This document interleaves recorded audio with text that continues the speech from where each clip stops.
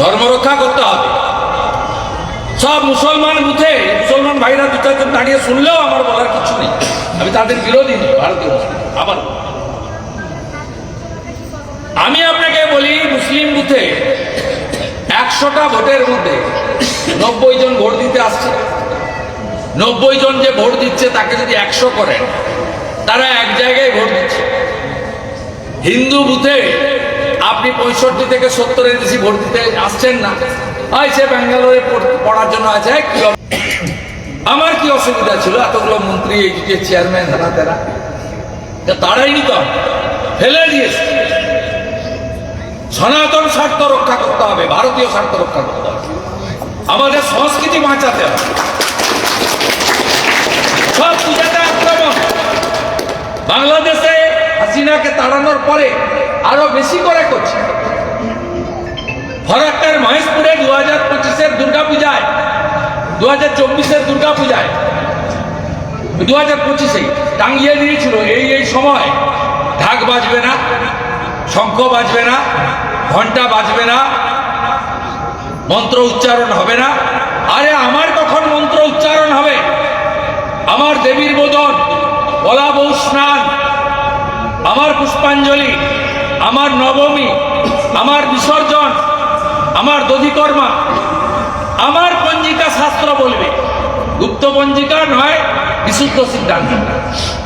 তুমি কে বলা? টাঙিয়ে দিবে লিখে? সব হচ্ছে মুখ্যমন্ত্রী। এই মুখ্যমন্ত্রীর জন্য আপনি বলুন পিতৃপক্ষে শুভ কাজ করতে হয়? নো, কেউ শুভ কাজ করেন আপনারা ভাদ্র মাসে? পিতৃপক্ষে করেন না? পিতৃপক্ষে বাবা মা গত হলে গয়াতে গিয়ে পিণ্ডদান, তাই তো? গাড়ি ভর্তি করতে করে ছেলেরা যায়, বয়স্করা যায়, তারা সেখানে পিণ্ডদান করে, ইত্যাদি করে আসে, তাদের বাবা মা গত হয়েছে। এই মুখ্যমন্ত্রী প্রত্যেক বছর হিন্দুদেরকে আঘাত করার জন্য পিতৃপক্ষে কাঁচি নিয়ে ঘুরেন। এবং এবারে বর্ষা পড়ছে বলেছে, বর্ষা পড়লে ছাতা আছে, ছাতা ধরবেন না। বর্ষা পড়ছে, মাথায় কাপড় রুমাল দিতেই পারেন, কিন্তু কানটা বের করে রাখবেন কেন? কানে জল পড়বে না? উনি মেসেজ দিচ্ছেন যে আমি বাধ্য হয়ে দুর্গা পূজায় যাচ্ছি, কিন্তু আমি তোমাদের লোক। তাই আমি আপনাদের বলবো ঐক্যবদ্ধ হন। অন্যদিকে রাজ্য কেমন আছে?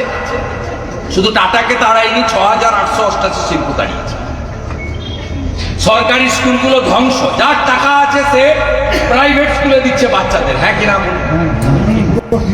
যার টাকা আছে, যার টাকা নেই নিরুপায়। No teacher school, 1 teacher school, 2 teacher school.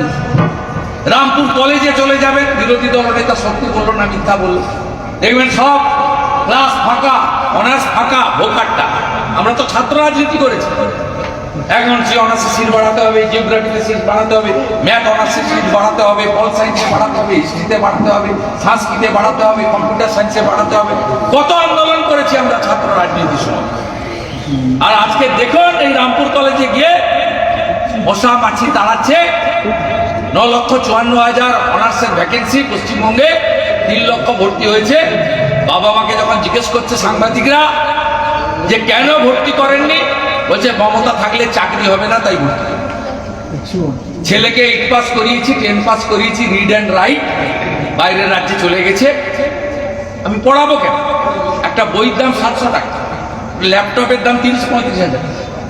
টিউশনি দিতে গেলে 2,5-3 হাজার টাকা টিউশনি মাস্টারকে দিতে হবে।